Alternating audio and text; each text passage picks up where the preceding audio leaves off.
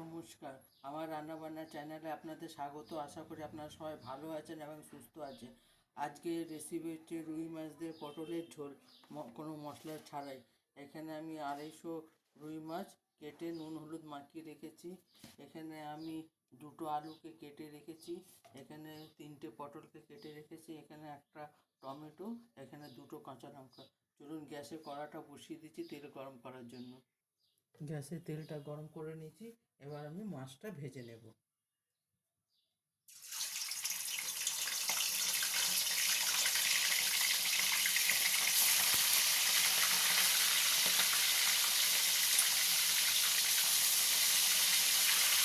একবার এইভাবে মাছ রান্না করে দেখবেন, কোনো আদা রসুন পেঁয়াজ ছাড়াই, শুধু গুঁড়ো লঙ্কা, জিরে গুঁড়ো হলুদের গুঁড়ো দিয়ে রান্না।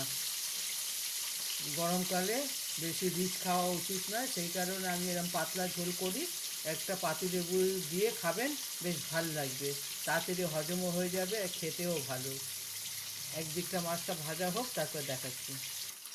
মাছটা একদিকে ভাজা হয়ে গেছে, এবার মাছটাকে নিয়ে উল্টে দেব।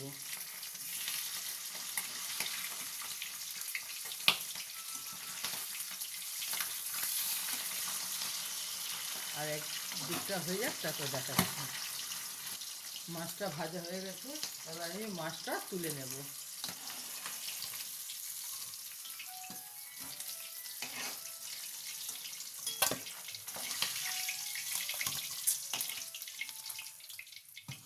মাছটা আমি তুলে নিচ্ছি। এরপর আমি জিরে, সাদা জিরে আর কালো জিরে ফোড়ন দেব।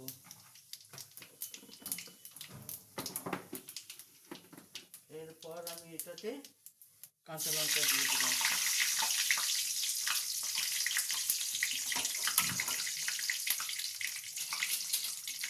এরপর আমি আলুটা দিয়ে দেব।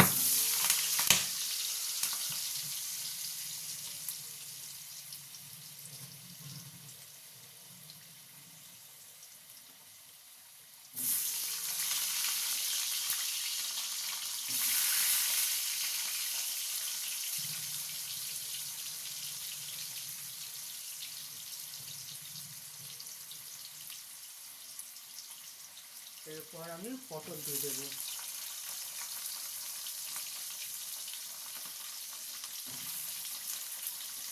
এগুলো একটু ভাজা হোক, তারপর দেখাচ্ছি।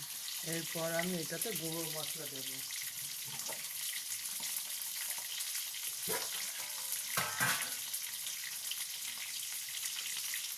হাফ চামচ হলুদের গুঁড়ো, হাফ চামচ ধনের গুঁড়ো, 1 চামচ জিরের গুঁড়ো।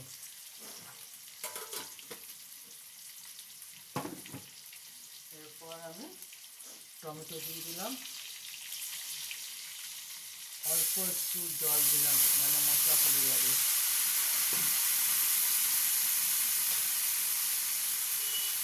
এরপর পরিমাণ মতো আপনারা যে যা স্বাদ অনুযায়ী নুন দেবেন।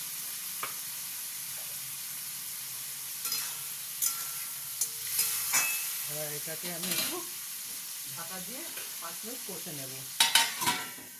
5 মিনিট পরে দেখাচ্ছি। এরপর আমি ঢাকাটা সরাবো। ঢাকাটা সরিয়ে এটা কষা আমার হয়ে গেছে। এরপর আমি পরিমাণ মতো জল দিয়ে দেবো। আপনারা যেইটুকু ঝোল রাখবেন সেইটুকু জল দেবেন। আমি বেশি ঝোল রাখবো না, আমি সেই কারণে আমি কম জল দিচ্ছি। আপনারা যে যা নিজের পরিমাণ মতো জল দেবেন।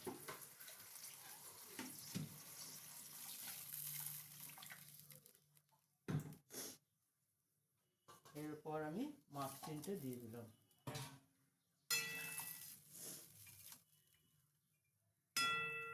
দিয়ে এটা আমি ঢাকা দিয়ে দেবো।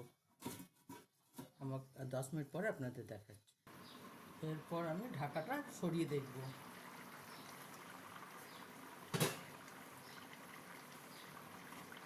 আমার একেবারে রুই মাছে পটল আলু দিয়ে পাতলা ঝোল একেবারে রেডি।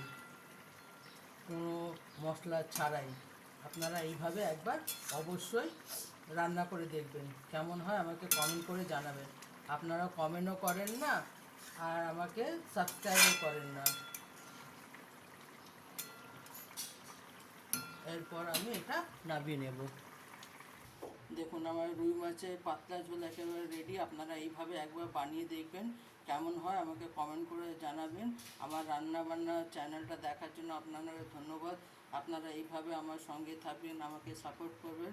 ভগবানের কাছে প্রার্থনা করে আপনারা সবাই সুস্থ এবং ভালো থাকুন। আর আমার চ্যানেলটা এইভাবে দেখবেন। থ্যাংক ইউ আমার চ্যানেলটা দেখার জন্য।